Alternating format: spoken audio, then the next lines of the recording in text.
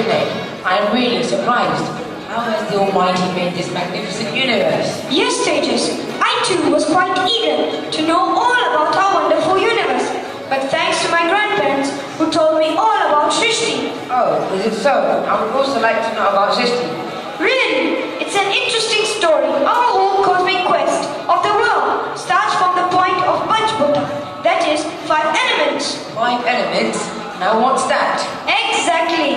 5 elements is Panchbhuta, that consists of earth or Prithvi, water or Jal, fire or Agni, air or Vayu, and then ether or Akash. Oh, I see. It's really amazing. Can you tell me more about all this? Oh, sure. One day the earth, the fire, the water, the air, and the sky got together. They all were very good friends, but each one was really proud and boasted about its importance. Oh, how exciting. So they felt that they all have an individual identity. Yes, my dear. And in this conversation, all of a sudden, it smelled as if the discussion was getting hotter and serious. None of the elements were ready to compromise. Oh, you mean a hot dispute? Yes, it was quite serious. And God Vishnu, who was watching all this from above, smiled and thought of teaching them a lesson. Oh, that's great. So that each one can realize each other's importance. Yes, you're right, Tejas. Come on now, let's see how all this happened. इस सृष्टि की रचना 5 तत्वों से हुई है। ये 5 तत्व धरती, आकाश, वायु, जल और अग्नि है। मानव शरीर इन्हीं 5 तत्वों से बनता है, इन्हीं तत्वों से पलता बढ़ता है और अंत में इन्हीं तत्वों में विलीन हो जाता है। इस रहस्य को हम आपके सामने दिखाना चाहते हैं कि हमारे जीवन के आरंभ से लेकर अंत तक यह तत्व किस प्रकार अपनी भूमिका निभाते हैं और इस सृष्टि को बनाए रखने में सहयोग करते हैं। यदा यदा हि धर्मस्य ग्लानिर्भवति भारत अभ्युत्थानम् अधर्मस्य तदात्मानं सृजाम्यहम् परित्राणाय साधूनां विनाशाय च दुष्कृतां धर्म संस्थापनार्थाय संभवामि युगे युगे।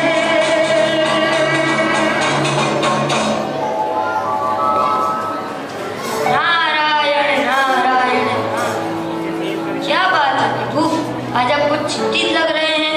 हाँ मुनिवर, आज मुझे एक समस्या दिखाई दे रही है। नारायण नारायण, आप और समस्या? जी नारायण, मेरी समस्या बहुत जटिल है। जिन 5 तत्वों की सहायता से मैंने इस ब्रह्मांड की रचना की थी, वही आपस में लड़ रहे हैं। प्रभु, यह तो बहुत बड़ी समस्या है। अनर्थ हो जाएगा प्रभु, अनर्थ। हाँ मुनिवर, आप देखें तो सही उनकी मूर्खता। वे सभी अपने आप को एक दूसरे से बड़ा समझते हैं। आज मैं बहुत खुश हूँ। क्या बात है? बगीचा रंग बिरंगी फूलों से भरा हुआ है। सच, ऐसा लगता है कि धरती हमेशा वसंत ऋतु की मोहकता से सुशोभित है। और जंगल में पक्षियों का चहचहाना, भौरों की गुनगुनाहट भी मन को मोह लेता है। इतना ही नहीं, बंदरों की नटखटपन तो ऐसे दिखती है कि जैसे उनके ही हाथों में सारी खुशियाँ हो।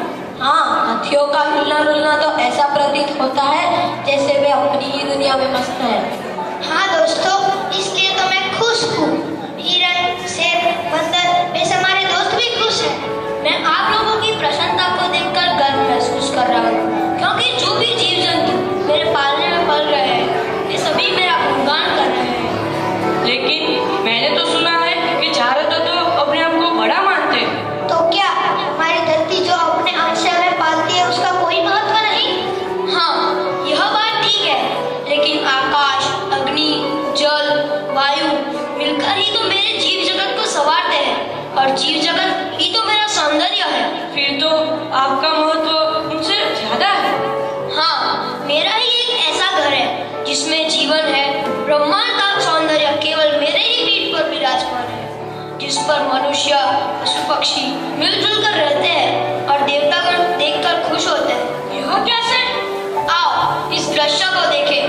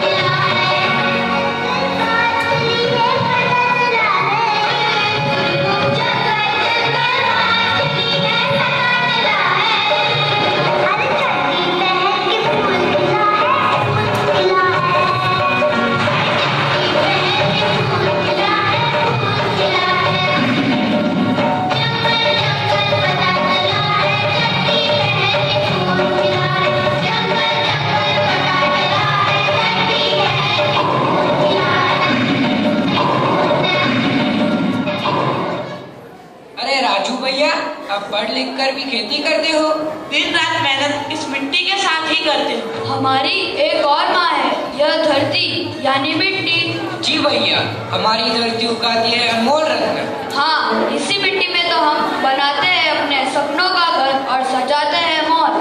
पहाड़ों पर चढ़ते हैं, मैदानों में खेलते हैं और चट्टानों से सोना निकालते हैं। इसी धरती माँ की गोद में सोते जागते, गिरते चोट खाते, दौड़ते और उछलते हैं।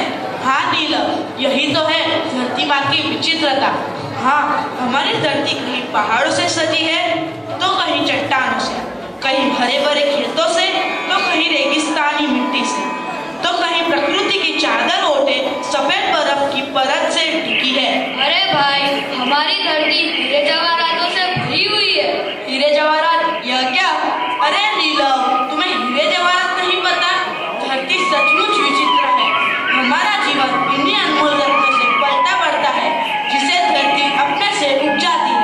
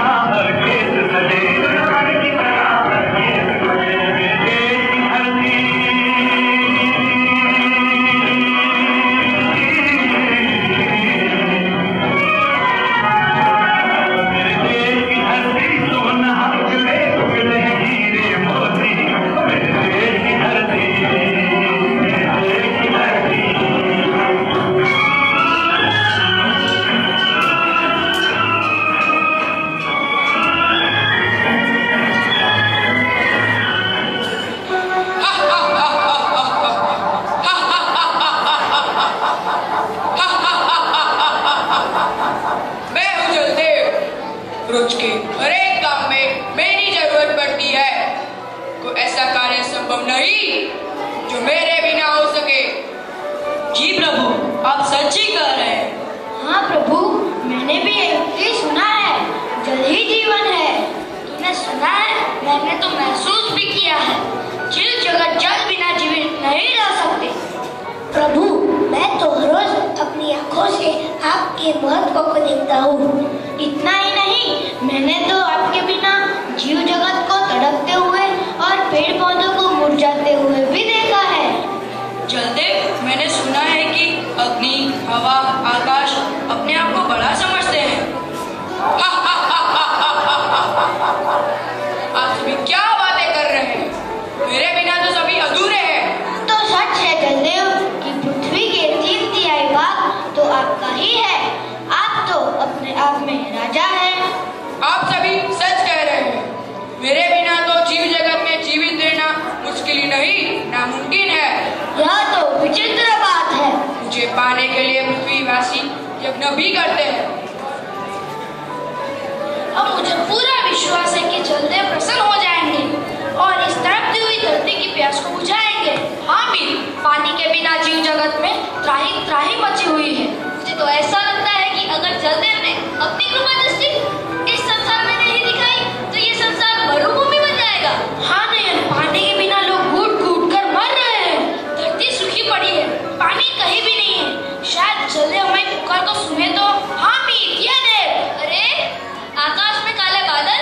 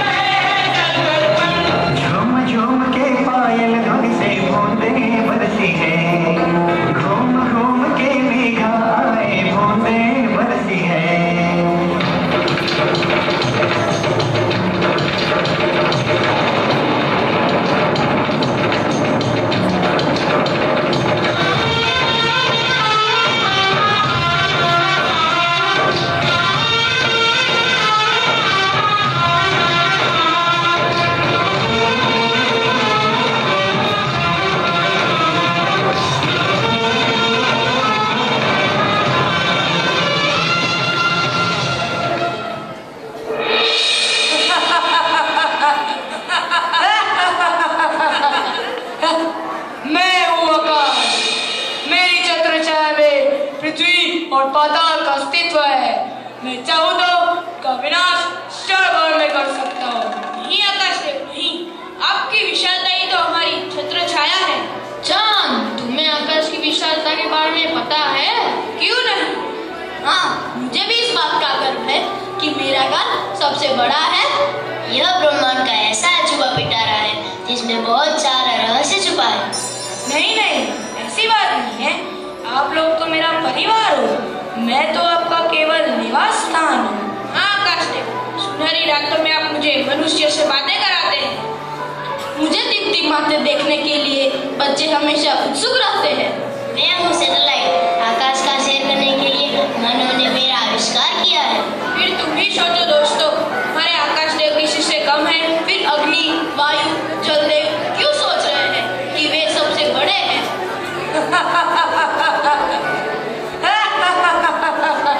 जल देव तो मुझसे ही जुड़े हैं, वायुदेव मेरे घर में विचरण करते हैं और धरती को मेरा ही परिवार रात दिन सजाता है। आप ठीक कह रहे हैं आकाश देव, पूरा ब्रह्मांड आप में ही समाया हुआ है। इतना ही नहीं, मेरा रहस्य जानने के लिए वैज्ञानिक दिन रात परिश्रम करते हैं, रोबोट और टेक्नोलॉजी का आविष्कार करते हैं।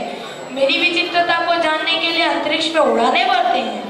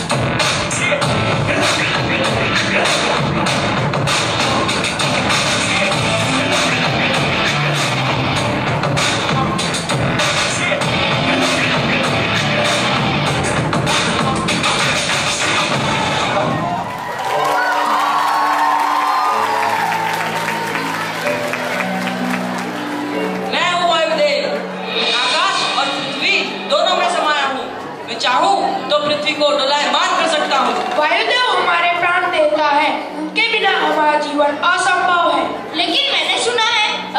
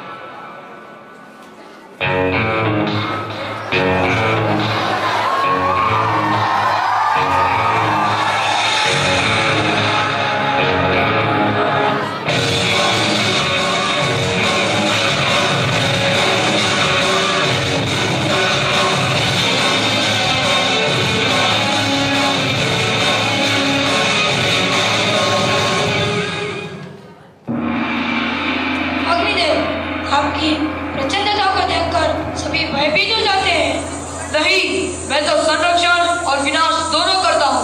मैं तो केवल पापियों को दंड देता हूँ। लेकिन अग्निदेव, चारों तत्व तो आपको केवल विध्वंसकारी ही मानते हैं और आपका कोई महत्व नहीं समझते। क्या कहा तूने? मेरा कोई महत्व नहीं।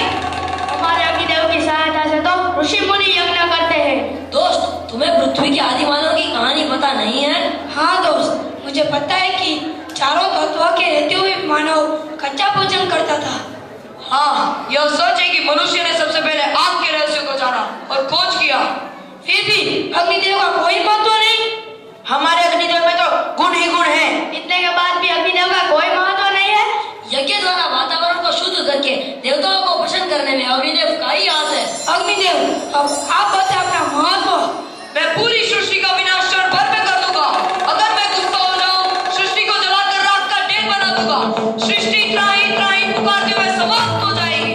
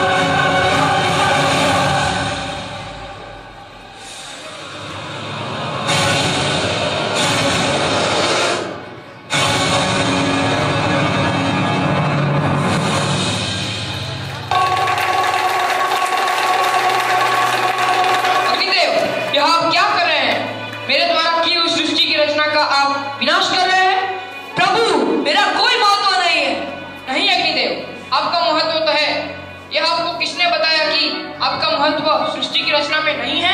प्रभु, मेरा महत्व तो उन चारों तत्वों से ज्यादा ही होना चाहिए। नारायण नारायण।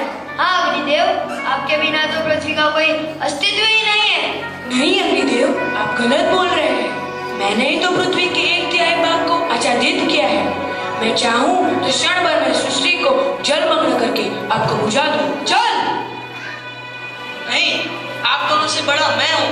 मैं चाहूँ तो क्षण भर में सृष्टि को डोलायमान कर सकता हूँ। अरे आप तीनों से तो बड़ा मैं हूँ, क्योंकि मैं अनंत हूँ और कल्पना से परे हूँ। मेरा ही परिवार पृथ्वी को प्रकाश से आलोकित करता है। नारायण नारायण। हाँ आकाशदेव, आप सच कह रहे हैं। नहीं मुनिवर, आप गलत बोल रहे हैं। आपको पता नहीं कि इस लड़ाई की वजह से मेरे जीव जगत में त्राही त्राही मची हुई है। आप सभी शांत हो जाइए। मैंने इस सृष्टि की रचना अब पांचों तत्वों की सहायता से की है। अग्नि, वायु, जल, आकाश और धरती। फिर इनमें बड़ा कौन और छोटा कौन, अब सभी बराबर हैं। पर प्रभु अग्निदेव, आप में तो अनेक गुण समाये हुए हैं। आप ही तो इस प्राणी जगत के उद्धारक और शांति के वाहक हैं। हाँ अग्निदेव, इस खूबसूरत सृष्टि की रचना में आपका भी भरपूर सहयोग है।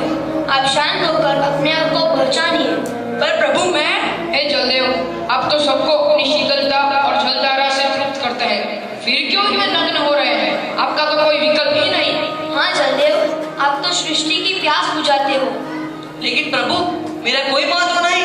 वायुदेव, आप शांत रहिए। आपका मंद वहन बहना ही सबको भाता है। आप भी इन चारों की भांति महान हो। आप तो जीव जगत के प्राण वायु हैं। वायुदेव, आप तो प्राण दाता है, फिर आप क्रोधित क्यों हो रहे हैं? आपके बिना तो मेरा जीव जगत मरुभूमि बन जाएगा। फिर भी मैं सबसे ऊपर हूँ। नहीं, ऐसी बात नहीं। आकाश, आप भूल जाते हो कि सूर्य, चांद और सभी नक्षत्र ग्रह आपकी शोभा है।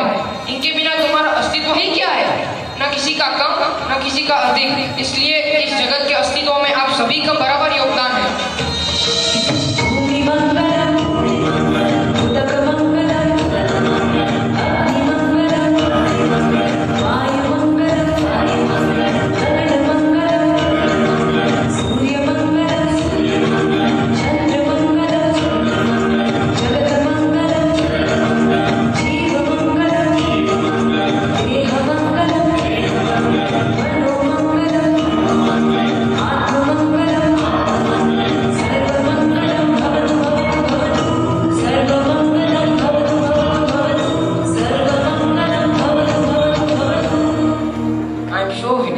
This tragedy, all the elements must be feeling sorry for their mistakes. Yes, all of them repented and realized that how valueless and incomplete they are without each other's support. I guess now they must have realized why God had really created them in such a way. God Vishnu, who was watching all this from above, gave a naughty smile and said, I am the creator of this universe, but still I don't show my importance, then how can you? Though you all are created individually, your identity is only known when you unite. You are solely called the universe. Srishti, really a very interesting and incredible story. So, we call it Srishti Sarja.